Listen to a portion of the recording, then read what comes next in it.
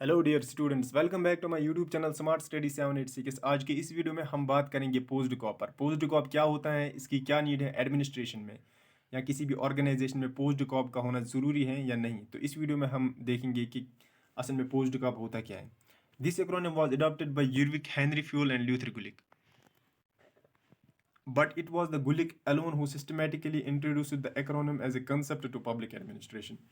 यूरविक Henri Fayol and Luther Gulick ये तीनों एडमिनिस्ट्रेटिस्ट्स थे जिन्होंने पोस्ट कॉप कंसेप्ट को अपनी राइटिंग्स में यूज़ किया है। बट इनमें से जो ल्यूथर गुलिक था, ल्यूथर गुलिक एक वाहिद एडमिनिस्ट्रेटिस्ट था जिन्होंने पोस्ट कॉप को पब्लिक एडमिनिस्ट्रेशन के लिए मुतासिर किया है। Let us understand the meaning of POSDCORB. These are the principles or elements on which an organization and administration can function properly and can achieve goals।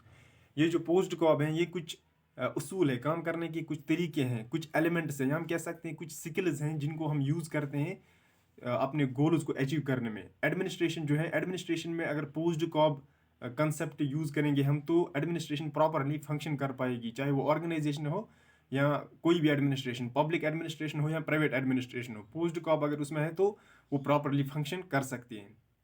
Post corp stands for planning, organizing, staffing, directing, coordinating, reporting and budgeting. Let us discuss one by one. तो एक एक करके हम देखेंगे कि ये क्या होता है। तो पहला जो है that is planning. Working out in broad outline the things that need to be done, the method to be adopted to accomplish the purpose set for the enterprise। Planning यानी मंसूबा। किसी भी काम को अंजाम देने से पहले एक प्लानिंग क्या है कि हम एक मंसूबा बनाते हैं ताकि हम उस काम को सही ढंग से परफॉर्म कर पाएंगे। फॉर एग्जांपल, अगर हमें कोई कोई कंपनी बनानी है, उस कंपनी में हमें कौन कौन से मेथड्स, कौन कौन से एक्टिविटीज़, कौन कौन से इकदामात उठाने पड़ेंगे ताकि हम उस कंपनी को अच्छी तरह से बना सकेंगे। इसके लिए प्रॉपर वे में एक मंसूबा बनाते हैं हम। Planning is the backbone of any project और ऑर्गेनाइजेशन।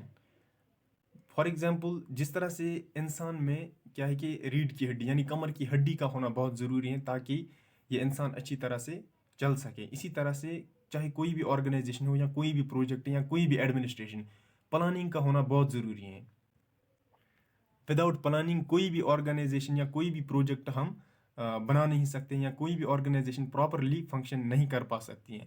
दैट इज़ कि प्लानिंग जो है ये बैकबोन की तरह है किसी भी ऑर्गेनाइजेशन या किसी भी प्रोजेक्ट का। It is goal oriented. Goal oriented means कि इसमें प्लानिंग में हम एक गोल सेट करते हैं। फॉर एग्जांपल, मैंने कहा हमें एक कंपनी बनानी है।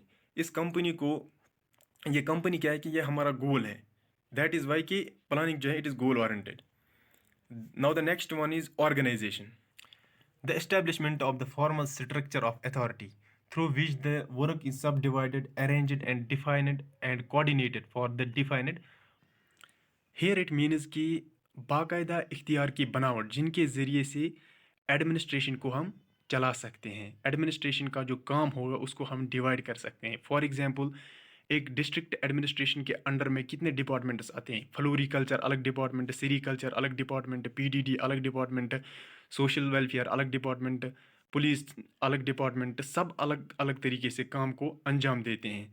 एक ही आदमी पूरे डिस्ट्रिक्ट को नहीं चला सकता है।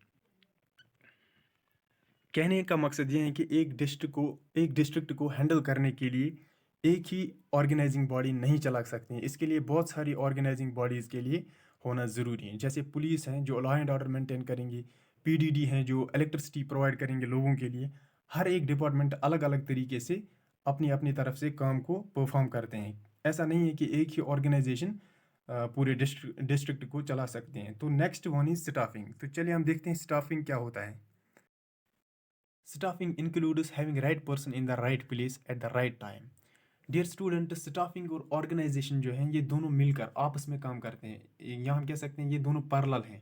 फॉर एग्जांपल, अब अगर ऑर्गेनाइजेशन है, ऑर्गेनाइजेशन को आगे बढ़ने के लिए लोगों की ज़रूरत पड़ेगी, उसमें लोगों को काम करना है, और वो जो लोग वहाँ काम करेंगे वो तो स्टाफ है ना।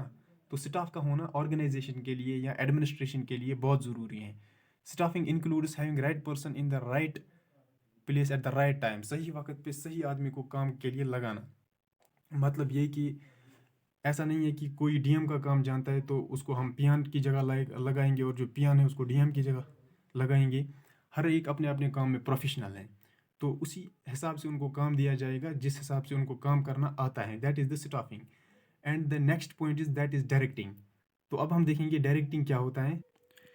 Directing means giving direction, guide employees. Directing is basically the role of manager, top level official, managerial. It includes giving direction and showing ways to the team members, staff to achieve the goals. Here it means कि employees को guide करना।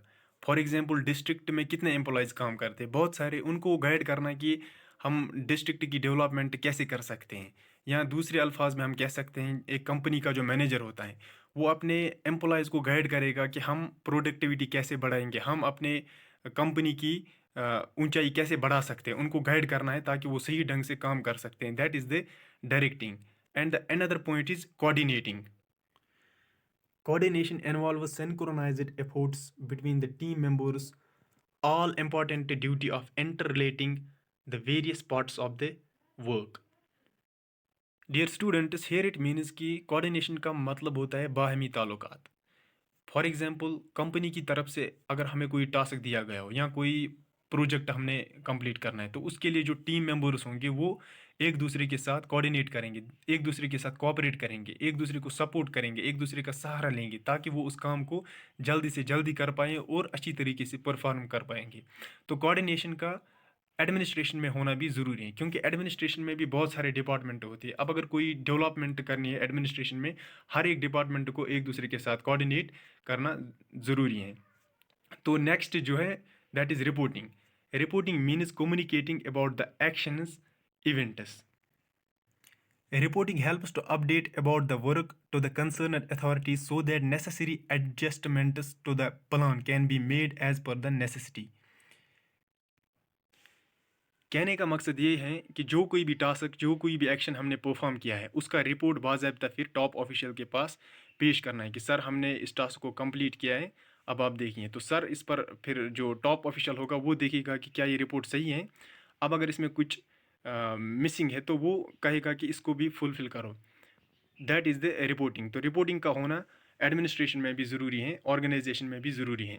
तो अब हम देखेंगे last one that is budgeting. Budgeting finance is the essence of an organization. There is a common age, no budget, no activities. This simply shows how crucial budget is for every organization. कहने का मतलब ये है कि पैसों के बगैर कोई काम नहीं होगा। अब अगर एडमिनिस्ट्रेशन में जो एम्प्लॉयज़ होंगे उनको पैसे नहीं देंगे तो वो थोड़ी ना काम करेंगे। तो बजट का होना बहुत ज़रूरी है। या कोई अगर डेवलपमेंट करनी हो, कोई रोड बनवाना हो, तो उसके लिए भी बजट का ज़रूरी होना है। These elements principles are common to all administrations. कोई भी एडमिनिस्ट्रेशन हो, चाहे वो पब्लिक एडमिनिस्ट्रेशन हो, प्राइवेट एडमिनिस्ट्रेशन हो, या कोई कंपनी हो या कोई ऑर्गेनाइजेशन हो, ये जो प्रिंसिपल्स हैं ये हर एक एडमिनिस्ट्रेशन के लिए ज़रूरी हैं। आई होप कि आपको समझ में आ गया होगा। मिलते हैं नेक्स्ट वीडियो में।